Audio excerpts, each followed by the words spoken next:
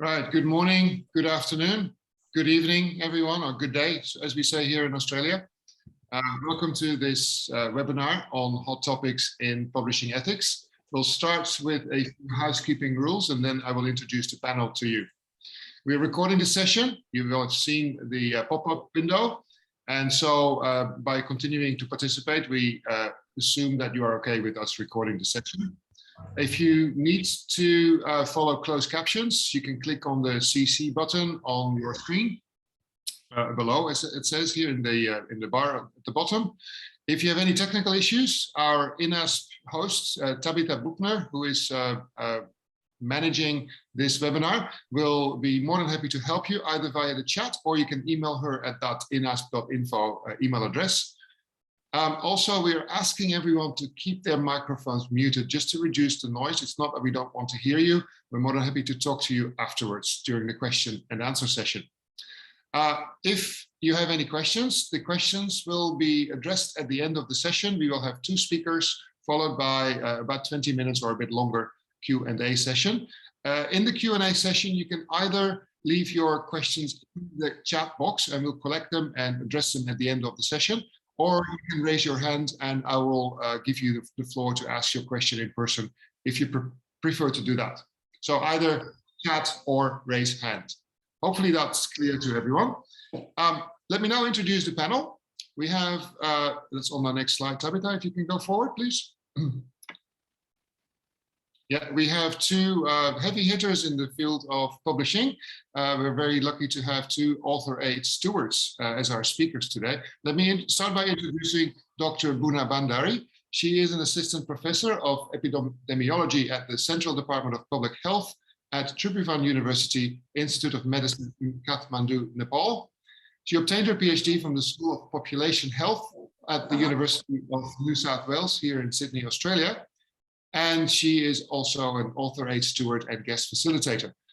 She's interested research-wise, and also her expertise is in systematic reviews and meta-analyses, epidemiological studies, including randomized controlled trials of non-communicable diseases, especially cardiovascular diseases, digital health, maternal and child health issues like domestic violence. She'll talk to us, as you see in the program, about plagiarism later on. Then our second keynote speaker is Dr. Farooq Rathore, who is a consultant and associate professor in rehabilitation medicine at the Armed Forces Institute of Rehabilitation Medicine in Rawalpindi, Pakistan. Like Buna and myself, he is an AuthorAID steward and mentor. Farooq is the national representative for Pakistan of the International Society of Physical Medicine and Rehabilitation, and also of the Asia-Oceania Society of Physical Medicine and Rehabilitation. He is an advisory board member of Cochrane Rehabilitation. He is passionate about teaching research writing and has conducted more than 100 workshops on topics like medical writing, scientific misconduct, research ethics, communication and presentation skills, spasticity management, and stroke rehabilitation. His areas of interest in research are spinal cord injuries, stroke rehabilitation, amputee management, disaster rehabilitation, medical education, and bioethics. So quite some heavy hitters here. I am your chair. My name is Richard de Grijs. I am a professor of physics and astronomy at Macquarie University in Sydney, Australia. I've been involved with AuthorAID for well over a decade, and I run regular training courses for a number of organizations, including AuthorAID, the United Academy, etc. And I've also got more than 15 years of editorial experience. So together we'll hopefully be able to answer all of your questions, and we'll make sure that this is an interesting session today. You can see the agenda there. We are coming at the end of our welcome, followed by a 20-minute presentation by Dr. Rathore on unethical authorship and the International Committee of Medical Journal Editor Guidelines on authorship, followed then by a talk by Dr. Bhuna Bhandari on different forms of plagiarism and measures to prevent them. And eventually we'll have an open question and answer session, and that can run a bit longer than the hour if there are enough questions. So there's plenty of time. Don't worry, your questions will be answered. We'll try to get to them. But first, I would like to give the floor to Farooq Rathore to talk to us about authorship. Farooq, the floor is yours. Thank you very much, Richard, for this warm welcome and introduction. And again, welcome everyone to this webinar. I'm going to share my screen. Can everyone confirm that you can hear me clearly and see my screen as well? You are a little soft, a little faint, Farooq. Sorry. So is my voice okay? I think that is better. Yes. Yeah. Oh, sorry. Is it better now? Yes. Okay, so I'll start. So thank you again. So what I'm going to do is that today I'm going to describe this authorship of scientific manuscript, because I'm assuming that most of you are either published researchers or you are on the way to publish a research in a good index international biomedical journal. And many a time research is not all about doing research itself. It's also about dissemination of research in form of a published article. And one of the most important aspect of publishing is that who is going to be an author. So today we're going to discuss the good, the bad, and the ugly. And what I'm going to do is I'm going to start with a small story. It's not an actual story, but I personally know many people who have actually passed through this phase. So it's a made up story, and maybe some of you can relate to this. Story is about Mr. M, who is a fourth year medical student who has just finished writing his first research article. He's very worried and facing pressure and stress regarding authorship. Everyone, including the girlfriend, best friend, class representative, lecturer, head of department, is asking for authorship based on what they think is their contribution towards this manuscript. Now let's see what is their contribution on which they are claiming. The girlfriend loaned him the laptop and provided emotional support, whatever that means. The best friend helped with around 17% of data collection. The class representative gave the idea for research before going back to his own life. Happens all the time with us. The lecturer reviewed the manuscript once ready, and this is great. The head of department simply says, hey guy, everything published in this department has my name as a second author, and we are not going to have any discussion on this. So Mr. M is really confused that who should be the author. Before we discuss who should be an author, the question arises, what's the big deal about authorship? Why people are so crazy about authorship? Why it matters? So it matters because of a couple of reasons. Number one, an academic authorship is all about academic credit. It means that you have done something and that thing belongs to you, either as a lead author or maybe as a team, as a part of a team. Number two, being an author actually enhances your prestige in the real world. Just look around you. Look around your group, your faculty member, your teacher, and your peers. Whosoever has published lot many articles is actually considered more prestigious in your own department, your institute, or among your faculty member. This is how the world works. More number of articles means more prestige for the person. It also helps in academic promotion. Many universities around the globe and have a policy in which you have to publish a certain number of articles in certain number of journals with a certain number of impact factor in order to qualify for the next academic promotion. So yes, these number of articles are required for academic promotion, and this is what makes authorship very important. And last but not the least, many grant and funding requests would call for funding, and grant would actually mention that how many articles have you published on this particular topic. So if 2 or 3 teams are competing for the same grant or the same funding on the same topic, the funder is going to see that how many articles you have published as first author or maybe as a lead author in that particular grant for which you are competing. So authorship matters for a lot many reasons. Despite the fact that authorship is important and it does matter, unfortunately, most of us are not very clear how this authorship should be determined, who's going to be the first author, what should be the appropriate number of author. And not knowingly, many a time, this is what authorship sometimes looks like. 2 days back, I was reading a small case report in which they reported that 19 authors were reported as main author on a single case report of COVID-19. Now, many of these attendees of this webinar are physicians, and we all know yet, like, you can't have 19 authors on a single case report. But this is sometimes when you're not very clear that what authorship was all about. This is what authorship looks like. And that's why we should be for, and life is not about your personal thinking. It's all about principles. And one of the principles of authorship is that it is important and it is recommended that you follow the International Committee of Medical Journal Editor Guidelines, which are globally accepted and are part of the instruction to author of most of the biomedical and other scientific journals in the world. You can go online and explore these in detail. These are available free of cost. but I'm only going to focus my presentation on the main criteria for authorship of the International Committee of Medical Journal editors. As you can see, it has got 4 subunits, and you have to qualify for each of the 4 subunits in order to become an author. And the first one includes substantial contribution to the conception, design of the work, or acquisition, analysis, or interpretation of data for the work, which means that if you contribute to each, not each, any of the aspect of these things, conception, design, analysis, collecting data, you can ideally be a part of the authorship only if you also contribute to other subdivisions. That is, drafting the work or revising it critically for important intellectual content. Those of you who have written an article know that drafting the initial article is very difficult task. Difficult to write on a blank piece of paper, difficult to write on a blank screen, but at the same time revising it critically so that it gets accepted is also equally important. The question is, what makes revision critical? Unfortunately, in most of the developing countries, especially in developing countries who do not have English language as their primary speaking language, people think that only going with the grammatical mistakes will means that you have done a critical revision. This is absolutely wrong. Only revising an article for the language, grammar, and syntax does not mean critical revision. Critical revision might something look like this: that you are an expert in your field, you are part of a research group, and once the article is ready, the first draft, the lead author gives that article to you for critical revision, and you revise it critically. For example, you might say, okay, the title is not very catchy, we need to revise the title. The introduction is too long, maybe we need to reduce the number of word count, or maybe the methodology is not very clear, the tables are too congested, there's a lot of text in the discussion section, and the discussion section does not cite or quote the 3 important articles that were published in the last 6 months. The references are not as per the instruction to author mentioned in the journal.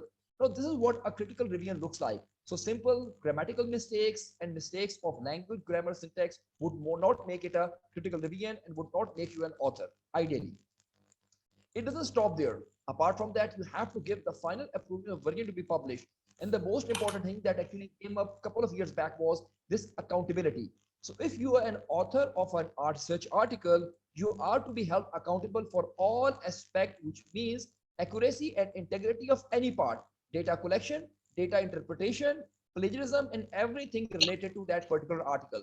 So please be very clear. It's not only about the academic credit. Now it's all about the accountability as well. Apart from that, there's another category known as non-author contributor. These are the people who actually meet 4 or less criteria of this ICMJ. They cannot ideally, they should not be listed an author, but they cannot be listed as non-contributors or acknowledged. And the activity example could be, for example, acquisition of funding. So yes, our seniors, our head of department, they do help us in acquisition of funding, but that does not mean only acquisition of funding is going to give them a place in the authorship, or maybe general supervision of a research group. Many of us are teachers and they are involved in academics. So ideally, ICMG says that your supervision of your student is something different, but being author in the research project or article is something different. So if the supervision of a journal a part of the academic activity that you do on a daily basis, but it did not include all of these 4 factors, so probably ideally you do not qualify to become an author and you should be acknowledged. Now coming to the real world, what are the problems that people face with this authorship? So initially everyone thought that authorship is all about credit. So the more number of article I have on my CV, the more credit I will get. But you need to remember, now it's all about accountability as well, which means whether you are a first author or author number 20 on a research article, if that article gets blacklisted and retracted because of any reason, you will also be held accountable and your name will also be blacklisted. So please be very clear about authorship. Unfortunately, the ground reality is that many authors on papers usually do not meet the classical 4 components of the ICMJ criteria. And one of the reasons is that many of the researchers and young authors or naive authors or researchers who are just starting off, they are not very clear about the criteria, or they do not know about the ICMJ criteria. And many researchers, especially in the developing part of the world, which I have been in contact, and I do actually do these kind of discussions with my colleagues, both online and in person, they think that this criteria is not practical and it's not doable. To some extent, I do agree there are some issues that you might not be able to apply or fulfill all those 4 criteria. but at least you should know what is right, what is wrong, and whenever possible, try to stick to the principles, because life is not about perspective, it's all about having principles. So what could be a good recommended strategy? So one strategy that I would advise you, that every team member must be clear about the ICMJ authorship criteria right from the start. And you should actually clarify any issues, concern, ambiguities right at the start of the research project. Please do not leave this authorship issue and dispute till the end at the time of submission of manuscript. Be clear right at the start. Then you should actually agree that what would constitute a substantial academic contribution. Please go back to the story I just told you. 17% of data collection. Is it significant? Is it insignificant? How much percentage of data others are collecting as well? So you need to be very clear that what would actually account as a substantial academic contribution in your research project. And what is the contribution that you would like every person to make in order to qualify for an authorship? And then you have to describe the contribution of each one as per the instruction to author. For this, I'll give you a couple of examples. Can you please mute yourself? I'll stop here, please. Can you mute yourself? Thank you very much. So I'm sorry, this looks small, but this is one of the contribution that I took from an article. And as you can see, in this article, the contribution have been described in very much details. Now, it is not required every time. You have to fulfill the 4 criteria. But some journals would actually ask you to describe each of the contribution in detail. But look at this article. It is from BMG Open Sports and Exercise and Medicine, recently published 2 weeks back, in which the contribution are complete as per the criteria, but they have described the contribution very briefly. So who contributed to the design, who collected and analyzed the data, who all author contributed to data interpretation and writing of the manuscript and approved the final version. But Mr. AC, that is Anthony Crozier, is the guarantor. This is another article that was published, and it is actually, this article is based on contribution of hundreds of people all around the globe. And that's why you can see that initial 10 to 15 authors have been listed, and then they write on behalf of the Stroke Expert Collaboration Group, because this was a group activity and many authors from different parts of the world contributed. So the main author are listed by their name and other of the author are listed as a group. And as you can see, they have contributed what each one of has done, who initiated the commission, who conceptualized the structure, who contributed to the survey questionnaire, and who did what. So it's important to be clear what we're supposed to do what, and you have to clearly mention that in your article. Another example of group collaboration. So sometimes there are many, and because the world is becoming global day by day, and after COVID, many international collaboration are taking place in which people from different parts of the world are contributing. So sometimes their contribution, they do merit authorship, but they're not of that quality that you would put them in the first 5 or 6 author.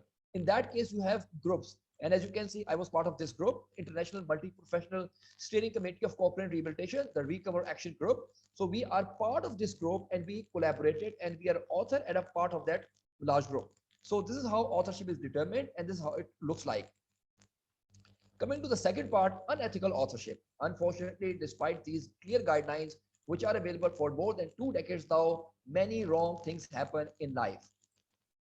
Many have probably happened with you, some happened with me as well. But that does not give us any justification to repeat that cycle of exploitation and to exploit our juniors, our peers, and our students. So please just go through these unethical authorship, try to connect to them and try not to repeat them whenever you get authority or power. The first one is known as coercive authorship. As the name says, coercion, it's a power differential. So basically, authorship is given to individual in response to their exertion of seniority or supervisory status over subordinates and junior investigator. Power differential. So a head of department might be saying, everyone who writes an article in this department will have my name as second author. Sometimes you might not want to offend that person because that person maybe holds things that you are very dear to you. Maybe he or she is the one who is going to write you a letter of recommendation. Maybe he is the one who is going to give you the final experience certificate. Unfortunately, in real world, sometimes people do this coercive authorship. Now, mutual support authorship. It's a bit strange, and some people say it's controversial. But since I have given you reference for this, that Committee on Publication Ethics and both ICMJ, they discourage this mutual support authorship and other form of unethical authorship. So you should also be steering away from that. So mutual support authorship is the one in which two or more researchers place their names on each other paper to enhance their perceived productivity. For example, there are two groups and they decide that, like, let's write article in our own time and you do your work, I'll do my own work. But when it comes to authorship, we are going to divide the authorship. So in the first article, it will be like 1, 2, 3, 4, 5, 6. In the second one, we'll do 5, 4, 3, 2, 1. So that by writing one article, we'll get authorship of two articles. Sometimes people say, what's the big deal? But my colleague is going to help me out. I would say don't do that, because can you guarantee the authenticity of that article? Are you sure that that article was not plagiarized? Can you give guarantee of the data integrity? Do you know that how the data was collected? And can you vouch for the authenticity of whatever is written? So please do not get into these kind of things. And for my people from Pakistan who are seeing this presentation, on a lighter note, you can actually say this sort of a vata satta. Guest author. So guest author are the one who make no significant contribution but are listed to help increase the chances of publication. In my personal opinion, this has to do with low self-esteem. So my colleagues who are from developing countries, let me assure you that once you send your good article, good research to International Biomedical Journal, they do not ask whether you are a medical student or you are a senior professor. They are more focused on the methodology and on the content of the article. That's why I personally know students from Pakistan who have actually published in journals, in high-ranking biomedical journals, in which their professors and their principals could not publish, because it is the quality that matters and not whether you are a professor or you are a medical student. But unfortunately, again, as people say, in the real world, these things matter. So I'll give you an example. In many universities, at least in Pakistan, they have their own journals. So yes, many of the senior professors are part of the editorial board of those journals. And many young students and researchers and faculty members, they feel and they think that if I put the name of that senior professor in my article, he or she is going to facilitate the publication of that particular article in the university journal. So yes, it sometimes happens, but I would personally recommend don't do that and believe in your own good work. Gift author means authors whose contribution is based solely on a weak affiliation with the study. And on a lighter note, what is your contribution to your project? I gave 10 rupees for the printouts. Again, going back to the vignette that I told you. So very small contribution, but is not substantial. Like you have to collect data of 500 patients and one of your friends only collects data of 50 patients and says, please put my name as an author. Now that's not authorship, that is acknowledgement and other sort of like things that are not major, but people demand authorship based on that. Last but not the least, one of the things I think the most important is ghost authorship. Initially, ghost authorship, at least medical sciences, started in context of ghost writing for medical companies. So what would happen that, like, and it was a big scandal that broke probably in 2001 and 11. I would strongly recommend that you go online and try to Google out flaws, ghost writing, and New York Times. So it was a scandal that was that came to the limelight in 2010 or 11, in which the leading pharmaceutical companies of the world, they were doing and conducting class A good biomedical research, ethical class A research. But once the research was ready, they used to go to people who were leading their fields and they used to ask them to become an author on that article. Imagine if there's a global authority or a person who is very well known for a certain disease, and there's a new drug in the management of that disease that comes out, and his or her name is on that article. Who is going to challenge that article? That article is going to be cited, quoted, and referenced, and that's going to change the medical practice. But honestly speaking, not many of us are involved in ghostwriting. Not many of us are of that caliber that like pharmaceutical companies are going to approach us for ghostwriting. My concern is that I actually see in my daily practice is fake synopsis, fake articles, fake thesis, and fake dissertation. So it's the combination of plagiarism, fabrication, falsification, and at the same time ghostwriting, in which people who are not involved in the research project are actually writing fake synopsis, articles, dissertation. So please don't do that. So the summary of my presentation is that authorship matters, so please take it seriously. And if you start taking it seriously right at the start of your research career or writing career, things are going to become more easier for you and more clear for you. Please be very clear about authorship, contributorship, and acknowledgement right at the start of your research project. You must understand and follow and implement the ICMJ criteria and all the 4 subsections, and try to avoid unethical authorship practices wherever possible, and try to only collaborate with people who are honest in their dealing and who have a good reputation. There are only 2 ways of spreading light: to be the candle, to be the person of ethics, or the mirror that reflects it. So if you have understood something good from this presentation, Please go out and try to educate your colleagues, your senior and your peers as well. I thank you all for your patient listening. For comment, question, and addition, we are going to have a Q&A session. So thank you very much. Over to you, Richard. Thank you very much, Farooq. That was very enlightening, and I'm sure there will be we have some questions already. We'll ask them at the end of the second presentation. May I ask Dr. Bhuna Bhandari to put her presentation up and start the presentation, please, Bhuna. And if you have any questions, I see some people in the chat, please leave them in the chat for the moment. Okay, if author stop this slide, then I can share. Farooq, can you stop sharing slides, please? Yeah. Okay.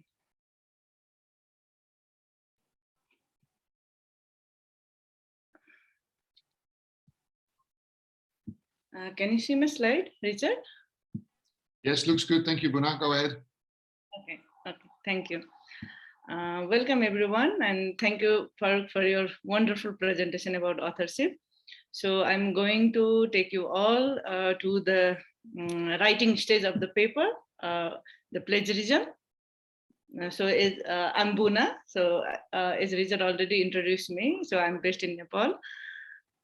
So today I'm going to discuss about what is plagiarism, what are the types of plagiarism or forms of plagiarism, and what are the contributing factor about it, and what would be the consequences or the punishment of doing the plagiarism, and how as a researcher or as an author, how can we avoid those kind of intentional or unintentional plagiarism. And I will be sharing some resources so that we can train ourselves. So first of all, talking about the plagiarism, before talking about it, there are various ethical misconduct in research. So when we talk about the ethics, it comes, as Farooq said, about the authorship. So there would be the ethical violation during the write-up as well, or during the conduction of the research as well. So plagiarism would be like, we are talking about the written form, it's not deal with the, like how you collected the data or what are the things you did, but how you presented your finding or how you presented your write-up in a paper. So basically we are talking about that. So as a name said, plagiarism means the kidnapping. So we all are aware about the kidnapping. So if we heard about the kidnapping, then we feel, oh my God. So but if we are kidnapping someone's other's work, then that as an author or as a researcher, we should be say, oh my God, that is bad. We should not do that. So that should comes in our mind. So and as a name said, like the as a meaning said, the kidnapping or stealing of something. So if a writer is stealing or copying someone's other's creative ideas or works, then it leads to the plagiarism. And there are often misconception about the plagiarism that only the written word, if we copy the words, then that would be plagiarism. But it's not true, because it could be the idea, it could be the image, or it could be the video, or anyone's strategy. Anything can result in if we copy anything, others work, and without giving any credit to them, then that would lead to the plagiarism. We'll discuss about the different form later on. So it is also, like as I already mentioned, it is defined as like copying someone's ideas, method, written word, and if we are not acknowledging them, not only acknowledging, but if we are claiming the other's work is our own work, then it would result the plagiarism. And it is in academia, it is it start with the kidnapping. It's like a theft or the serious fraud. So violation of the intellectual property or someone's works, we are claiming that is ours. So that is a serious ethical misconduct in the academia.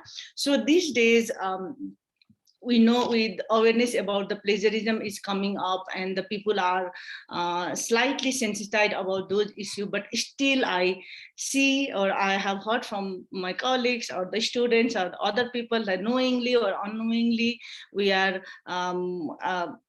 somehow involved in this kind of ethical misconduct. So let's hear about what are the forms or type, how the plagiarism occurs, because sometimes, it could be intentional and sometimes it could be unintentional. So intentional, like when the source is not cited or when we fail to give the credit to the author or the source, like from where we copied or from where we refer the our ideas. But sometimes mostly I see the misconception in unintentional. People think that, oh, I have cited already, so now I can copy, like they never realize still, though you cite the references, but in that case also the plagiarism can happen. So it could be unintentional as well. So let's go through this. So one, when the plagiarism occurs, like one is the ghost writer or clone, like for the as the author also, like Farooq has already mentioned. So in plagiarism case, like when somebody copy and paste or word by word others work, and then they do not give the credit to those people and claim that is their own idea or own writing. So in that case also the plagiarism occurs, and in that case there would not be any citation. And then another one is the photocopy. So you all know that the photocopy means just copying and pasting from the source. So when any writer tries to copy everything from the single source without altering, without any input of the writer, then in that case also the plagiarism occurs. And another would be the potluck paper. So we all have heard about the potluck food, So in that case, when author tried or writer tried to refer the different sources and try to tweak the information or mix, like the mix different sources and try to make that their own, but there they fail to bring their creativity, originality. There would be nothing from the author writer perspective. So that would also the plagiarism known as the potluck. And when the poor disguise means just sometimes people try to just change the word or phrase, like the synonym. People usually, I have seen that they just try to copy the paragraph or something and just try to replace the phrase or putting the synonym or other word, but still there would be and main thing is they are not citing the sources, and other thing also, like they are not paraphrasing all those things. So at that time also the plagiarism happened. And one other thing, the misconception is like, we usually think that the plagiarism is when you do not give the credit to the other people or when you do not acknowledge the other people. So what about you copy from your previously published paper, So that also results the plagiarism, means self-plagiarism.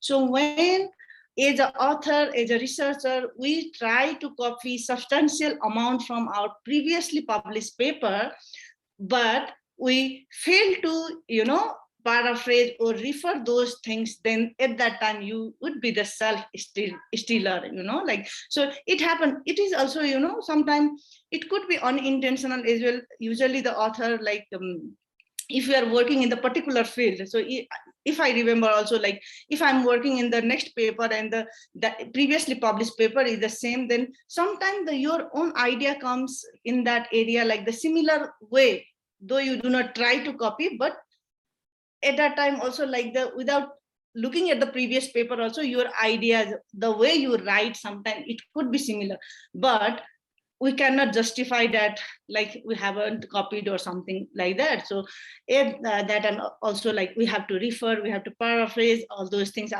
I'll be coming in that later on. So self-plagiarism is also very important. We should be aware about this. Usually we these days we think about the giving credit to other people, but we have to give the credit to we can't copy our own work, previously published work, and especially like it might be less less serious ethical misconduct, but still there is no excuses, and it is considered as the plagiarism. And mostly another unintentional plagiarism occurs when people cite the references, but still there are the cases plagiarism occurs in this condition. So the one is the forgotten footnote, means writer try to cite the author's name but fail to refer the source, So at that time the writer try to obscure the location. So though there is the name of the author, but the detail, if there is not detail location or the source of the information, then still it would be plagiarized, information would be plagiarized. And another one is the misinformer, means it is similar to the forgotten footnote, but in this case, author or writer would not provide the incorrect source of the references. So if we try to find the references, we would not get that. Sometimes, like the unintentionally also people are providing those things. So, but it is the, if you put in the software, then there would be the similarity index. So this misinformer is also a type of plagiarism. And too perfect paraphrase. So paraphrase, like we always talks about the paraphrasing, we have to paraphrase to reduce the plagiarism and other things, but sometimes too perfect means there would be the citation, but a citation of the source, correct citation, but if you are taking the quotation from someone's, if you are copying the word by word from someone's work, then you have to put the quotation marks. So in that case also, if we copy the saying of some people or some organization, but we fail to put the quotation marks, then also the plagiarism occurs. And another one is the resourceful citer, means there will be perfect citation, like the source, everything is perfect, but there would not be originality of the author, I mean writer. The creativity, argument of the author. I always talk with my students also, like there should be the voice of the author. Where is your voice, or where is the, because we can't say like these people have said this one, but what is the author's voice? So usually like for writing, we should have as a researcher, our voice. What is the context, like though research is similar, but what is the context of research, what we have found, what we experienced, what is our argument? So all those things. So in this case also, like, like though you properly cite the paper, but if you do not have present your original voice, then also the plagiarism occurs. So what are the contributing factors? So already we discussed about the contributing factor of the authorships. So similar to that, like one could be the pressure of publication. This day, like in this globalized world and the social media, like we see the other people, our colleagues are publishing so much, and then for the job, for getting the job, for getting the scholarship, for getting the grant, or for the promotion also, there is the requirement of having some publication, So at that time, for that pressure, but it could not be the excuses, but with that pressure, either publish or perish kind of thing. So also that thinking also lead to the, like, oh, I want to get some grant, I want to increase my CV, or I want to secure the scholarship. So with that purpose also, if anyone is doing just copying others' work and presenting their work also, that kind of pressure also causing the contributing to the plagiarism. And other one is the unintentional. I already mentioned that sometimes people do not know that they are doing the plagiarism. the things that it's okay to do those things. So without having the training about the what is plagiarism, how it is detected, how it occurs, what are the types, so that kind of information also most of the people are like the lacking. So that kind of lack of awareness or training also result the unintentional plagiarism. And most importantly, I would say usually non-native speaker or those people who do not have English in the first language, they have difficulty in the academic writing. I'm also from Nepal, so I also struggle, in writing the in the beginning. So usually our practice in writing in the when our language is not the English. So though we try also, it would be very difficult. So whenever we are not practicing the academic writing, or we do not have those skills, then it unintentionally also we try to the people does the copy and pasting and forget about doing the paraphrasing, or they don't know, they don't know doing the paraphrasing or the bringing their own argument or author's voice. And misinformation in some of the culture, I'm not saying the everyone, but they think that it's okay to copy or I have already cited the reference, then I can copy the whole paragraph and paste in my, because I'm not doing the plagiarism, because there is so you cannot copy whole paragraphs and put the reference at the end.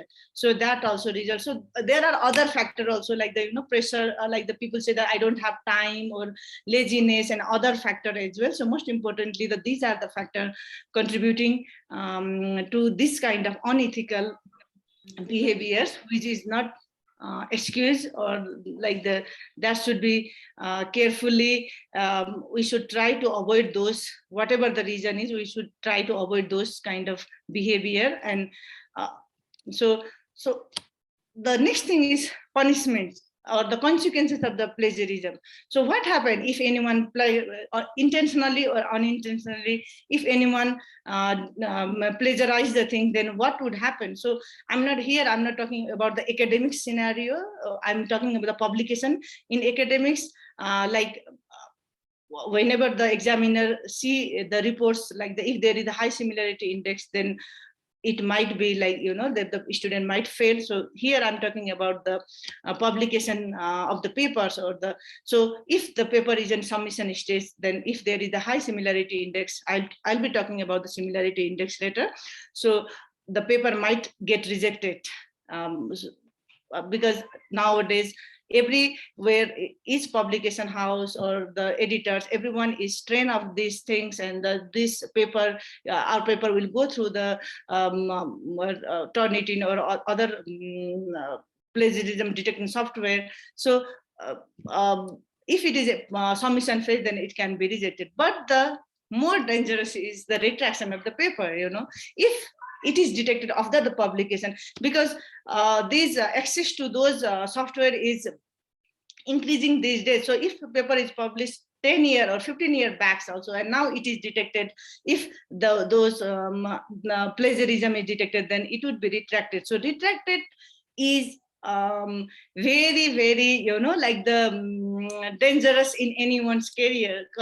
So it could lead to this kind of punishment consequences, lead to the losing our reputation or even the job. And we can go to the internet and see there are lots of stories about the retraction of the papers, and that person or that group will have the very bad reputation, and getting a grant or getting a job in future also, it would be very difficult. And that's why we should, as an author or as a researcher, we should try to avoid those things as much as possible. So what can we do to avoid those kind of plagiarism as an author or as a writer? So first, I would say, usually people say the checking in the that's why I'm not talking about the software in the beginning, because I'm taking that as the last checking stage only. So first of all, to improve the, our writing skill, we should improve the writing skill. So the most important thing is the increasing our knowledge and skills. First, we should know about the plagiarism, how it occurs, and then we have to practice the academic writing. So though there is no excuse, oh, I'm not a native, or my first language is not English, so I can't write properly. So it happens unintentional. So if our paper has the high similarity index, then there is no any excuses. So we should try to improve our academic writings. I try to take some courses about academic writing. There are nowadays in online, like there are many courses, even AuthorAID is providing some scientific writing courses. So we should try to practice. So I would say the main thing of improving academic writing is practice, practice, and practice.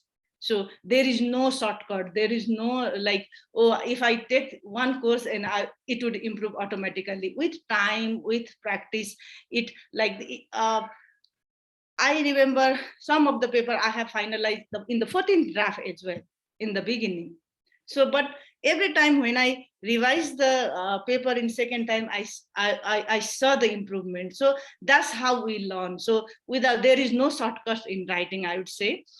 Only we can get the tips about writing properly. And another important thing is always cite while you write. So it means we already talked about how the plagiarism occurs. So citing references while writing would very helpful. We are giving credit to the honor, or we are not violating the intellectual property right, or we are not claiming the others intellectual idea as our own, or we are not stealing. So for that, I would say using the reference manager software like EndNote, Mendeley, and Jotero. I think in EndNote has the subscription, we need to pay some subscription, but for Mendeley, Jotero, they are free. So we can use those software for citing the references, and it would also save us from doing intentional or unintentional ethical violation.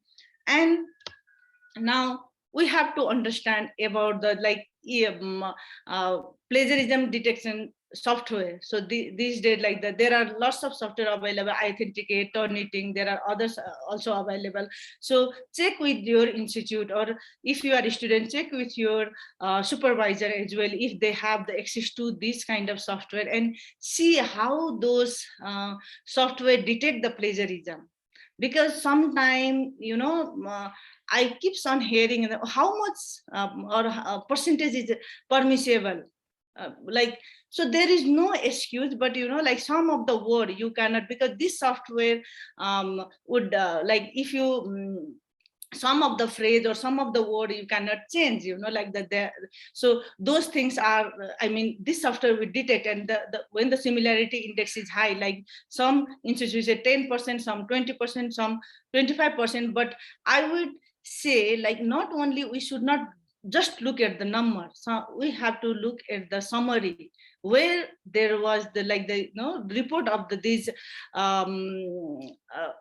similarity index. So if there is more than one word or phrase is similar, then there is the problem in the paraphrasing. So sometimes only the number would not be enough. Yeah, if there is the 40-50%, there is a serious issue. But sometimes still I always check the summary, though the percentage is 25, 15%, but if your one paragraph had the more than 5% similarity index, and then we have to look at that phrase as well. So if you have access to those software, try to scan your manuscript before submission or while writing stage, or if you don't have access, ask the help from your organization or the supervisor. And there are some online software also, but I would say be very careful about sharing your document in those freely available online software, because the privacy of your document would be violated in some cases. So just check before putting your document, your own ideas in the online freely available software. So that's why if we understand how those software will catch the plagiarism, then also we can improve. We can try to improve our writing. Oh, this like in this here the more than 3 word or this paragraph is plagiarized, then I have to paraphrase or write, revise my work. So that's how also we can improve our we can avoid the plagiarism. And always, as a researcher, we should follow the copyright policy. Just check, like we are talking about the paraphrasing of the word, but if you are copying the image or chart or graph or anything, then just check the copyright policy and the follow of those things. And taking the courses and training on the plagiarism also would be helpful. This webinar, we are just sensitizing about this issues. So I will be sharing the resources, so you can go through those resources and take the training about the plagiarism, about the academic writing. And always we should be ethical, or we should be honest to ourselves, not for the others. We should not, as a researcher or other, we should not fear about the getting high similarity index, or like high getting retraction of our paper or the rejection of our paper. First of all, we should be ethical. I would not take someone's, or I would not claim someone's other's ideas as my own. So if we are ethical, then also that start within from ourselves. So there are some further resources for the further in your free time. You can, there are the tutorial in the University of Indiana University website about the plagiarism. So you can go to that site in your free time and see, or if you can take the test and increase your awareness about it. And also there are the very good guide to ethical writing from the Office of the Research Integrity USA. So they also have the a very detailed instruction about plagiarism and the ways of preventing the plagiarism as well. And Committee of Publication Ethics also has those. And here in this retraction watch, if you go to that website, there are the lots of stories about the retracted papers and how that occurs, and that there are the names of the people as well. So you can go through this website. And I find the academic phrase bank from the Manchester University is very good in paraphrasing. So you can refer those phrase bank to improve your academic writing. So so these are the references I referred. And if you have any queries or the questions, you can contact me in my Twitter or my LinkedIn as well. So yeah, that's all for, thank you, Richard. That's all for today, and let's have question and answer session. Thank you, Buna. That was great. And you got a lot of praise from people in the chat who think it is a very important topic, which it is, of course. Thank you, everyone. Thank you, Buna, again. Now that we've had both of our speakers, we've collected a few questions, which I'm happy to ask the speakers. We are currently running at 5 minutes to the hour, but we have the Zoom link for a bit longer. So hopefully you can stay. The webinar will certainly be shared with you later today by the AuthorAID team, by Tabitha and Andy. So if you do have to go in the next 5 minutes, then you will have the chance to see the question and answer session run until a bit longer. So let's get started. Let's start with an easy question for Farooq, because I have a few very complicated questions here, which I would love to share, but let's ease in first. So Farooq, you were talking about authorship and also to some extent contributorship. You talked about acknowledging people. Do you believe that it's necessary to ask for permission if you want to include someone in the acknowledgement section of your paper? Thank you for the question. The quick answer is absolutely yes. Because, being associated with any research paper or, an article in any capacity, maybe as a main author or maybe as a contributor, means that you are to some extent responsible for that. And I'll give you one quick example of my own. So I have a senior colleague. He's a professor from Michigan University, USA, who has been mentoring me in medical writing for the last 15 years. So a couple of years back, I wrote, a group of my students wrote an article, and I would be very honest to admit it was a crappy article, very poor quality article. But since it was like from my colleagues, my juniors, so I went ahead with the publication, and I asked my colleague, my senior professor, that would you please review the article and give your scientific input and stuff like that. He did a great job, but he sent me an email, Farooq, please do not mention my name as acknowledgement. And I was like, why? And he said, no offense, dude, but this is a poor quality article. I do not want my name to be associated with this kind of article. So I will help you out because I have been mentoring you, but I don't want my name to be associated. And that's why it is recommended that even if you are acknowledging someone, you have to ask for a formal permission that thank you very much. You contributed to maybe conception or this aspect of the article, and I'm going to name you in the acknowledgement section. So the answer is yes, you have to ask the person who is to be acknowledged or who is to be named as author. Thank you. Thank you, Farooq. That's a very helpful insight. I'm going to ask you a second question before we move on to Buna. This is a specific question from one of our audience members who said, I want to publish a case report, but I don't have a signed consent form from the patient. The patient consented to publish earlier, verbally. Can we sign the consent form on the patient's behalf and submit to a journal? Will that be ethical? Okay, so I mean, based on my own experience of working as editorial board member of a couple of journals and also being part of my national organization of editors, I would say one thing, that things are changing rapidly and they're becoming more transparent, because once I myself started off writing case report 16 years back, there was absolutely no concept of getting a written consent from the patient. But now things are changing. So it's part of the patient privacy and a respect for the patient that the patient has to give a written consent that yes, his or her material identity can be shared widely. But since you are in a position, and for many developing countries, you cannot recontact the patient because the patient might have been lost to follow up and you are not in contact. In this case, I would strongly suggest that you actually directly contact the editor-in-chief or the editorial board of the journal where you want to submit this case report. Do not make this decision on your own. Do not forge signs. Do not sign on behalf of someone if the editor is not allowing that.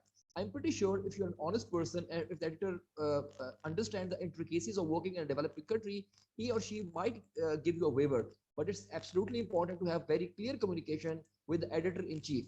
So instead of asking someone else, I would rather say go to the boss, editor-in-chief of that particular journal. Thank you. Thanks, that's very helpful. Okay, I would like to move on to Buna. Buna, I have a few questions for you as well, and we'll start with one that's relatively straightforward, I think. And then we have a very interesting but more complicated question to follow.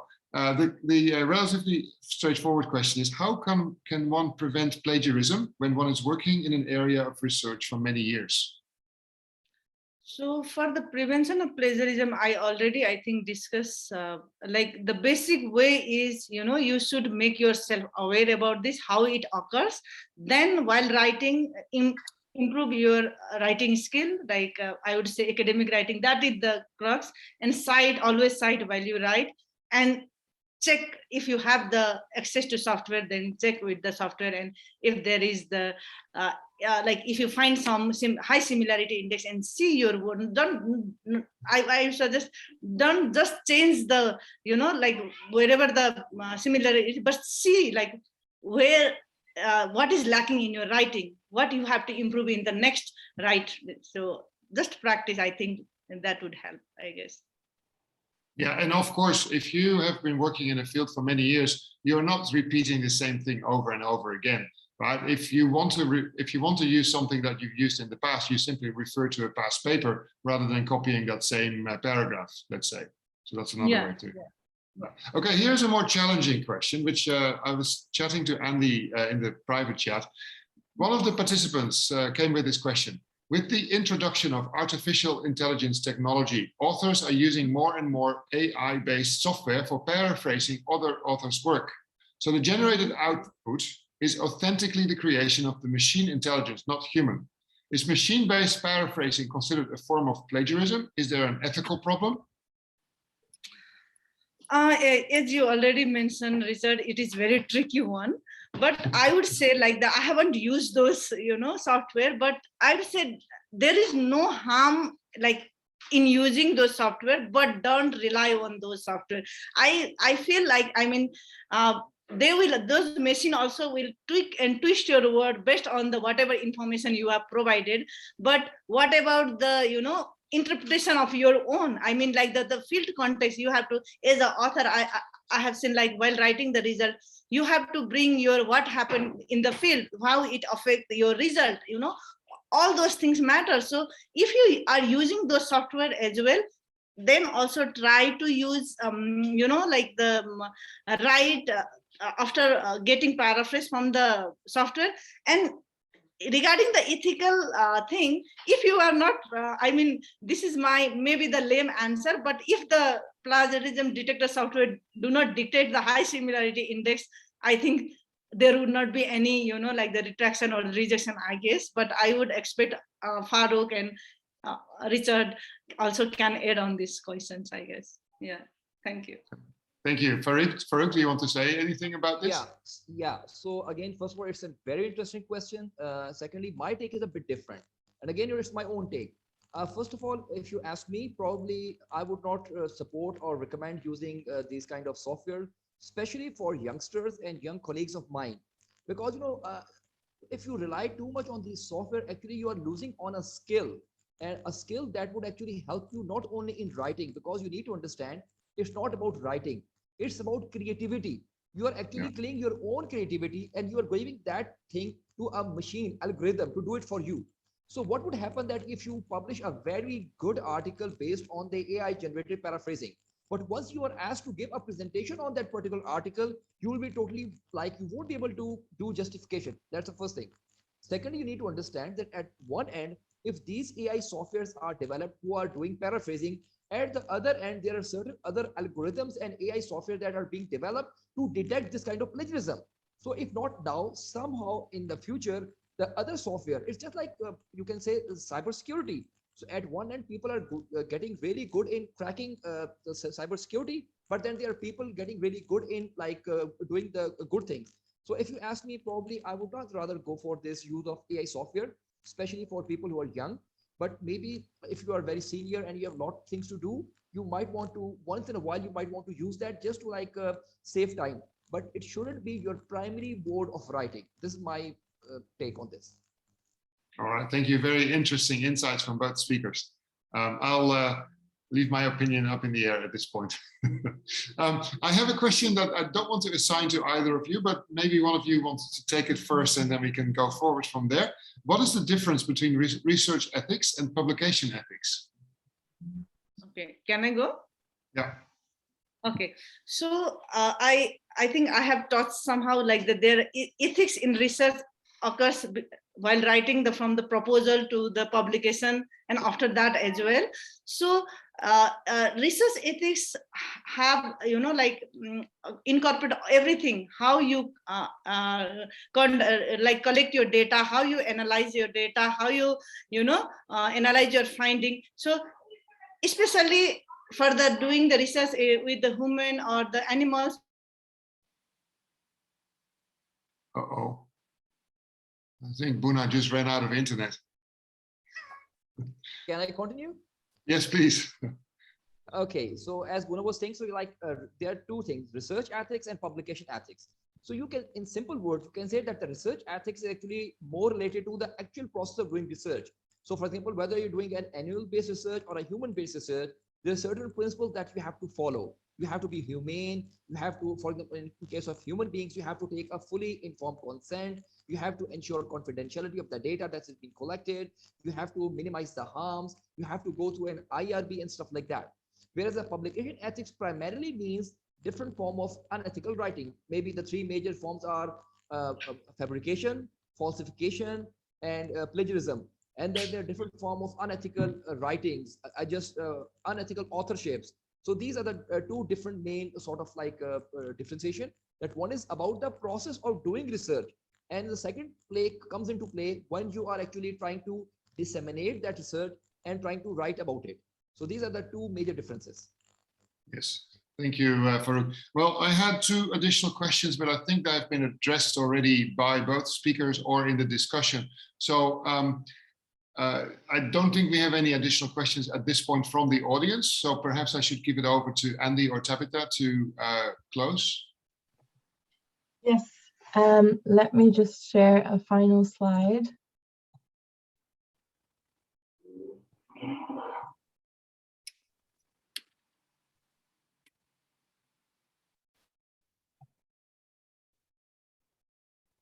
Thank you everyone for attending this session. It was very informative and very interesting. I think we've had a lot of people in the chat thanking the chair and thanking the speakers for a very interesting presentation and for a very interesting discussion. I want to encourage everyone to have a look at our Google Groups, where we can continue the conversation. If you have additional questions, we can discuss them all there, not just the speakers, but also participants of this webinar. And we are always available via Twitter, Facebook, LinkedIn, or via the website. I will be sharing a recording of the webinar at some point today once it has converted. And if you have any questions, do email me. I'll put my email address in the chat again, and we will see you next month. Thank you very much. Thank you very much, Farooq. And Buna, although she's gone, we'll follow up with her. Sorry, I was offline before, so now I. Okay. She's back. Sorry, Farooq finished the answer for you. Oh, okay. I guess that's it. Thank you everyone for participating, and we've had at least 88 people at some point, so that was very good. I look forward to the next time. Bye. Okay. Bye. Goodbye, everyone.